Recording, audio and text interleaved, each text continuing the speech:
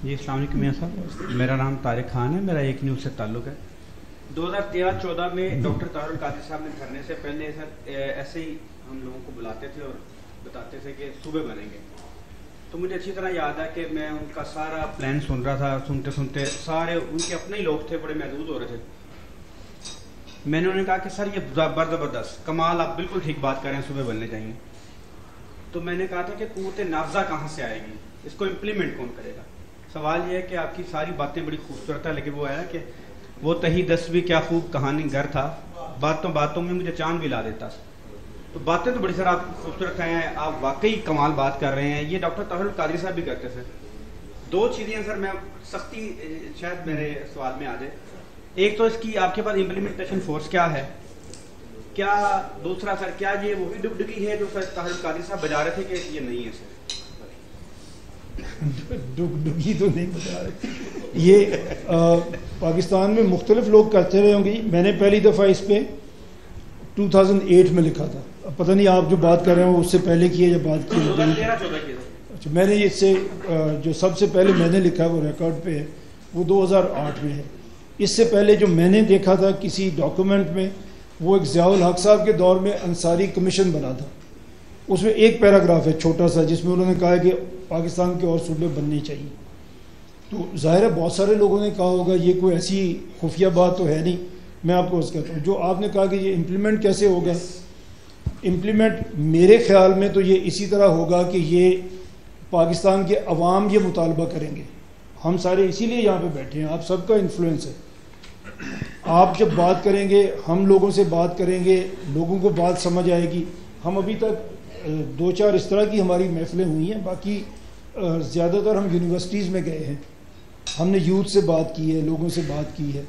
देखिए आज का आप पाकिस्तान देख लें। अभी मैंने कहा कि आपके जितने भी ये सोशल सर्वेज आते हैं, हम बॉटम 10% पे होते हैं। 40% के करीब हमारे बच्चे हैं जो स्टंटिंग ग्रोथ पे हैं, और 2.5 करोड़ हमारा बच्चा जो स्कूल नहीं जा रहा। इसमें हम दुनिया में नंबर 1 है। हंगर इंडेक्स में हम दुनिया पे 109 नंबर पे है। तो 127 का सर्वे हुआ उसमें। तो आप ये देख लें हमने क्या कमाल किया अभी तक, और ये हमारे ऊपर हो रहा है, आम पाकिस्तानी अवाम के ऊपर हो रहा है, एलीट के ऊपर नहीं हो रहा। ये जो लोग महरूमी जिनकी है, जिनको नई फैसिलिटी मिल रही, उन्होंने ही मुतालबा करना है। ये हम क्यों नहीं सोचना छोड़ देते कि किसी ने करना है, हमसे क्या असी की कर लेंगे, ये तो एस्टैब्लिशमेंट करेगी, ये तो फलाना करेगा। देखिए एक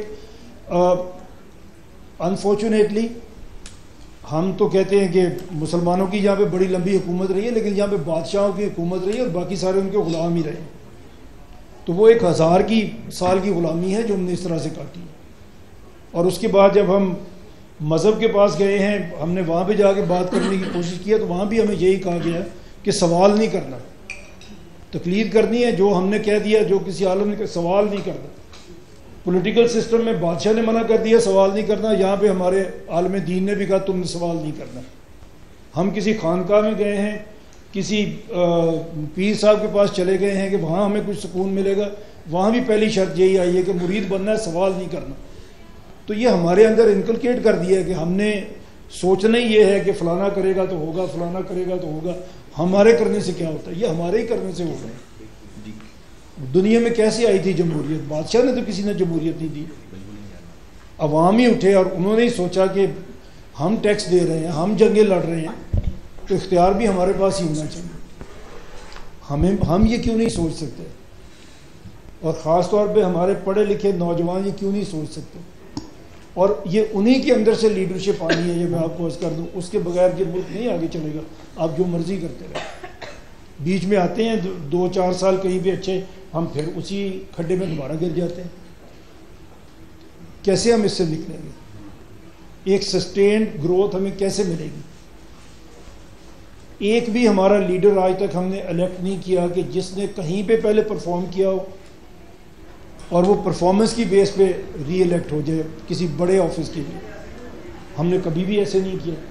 हमें पता है कैसे हमारे सारे के सारे लीडर आए, और इसमें कोई किसी एक की भी एक्सेप्शन नहीं है।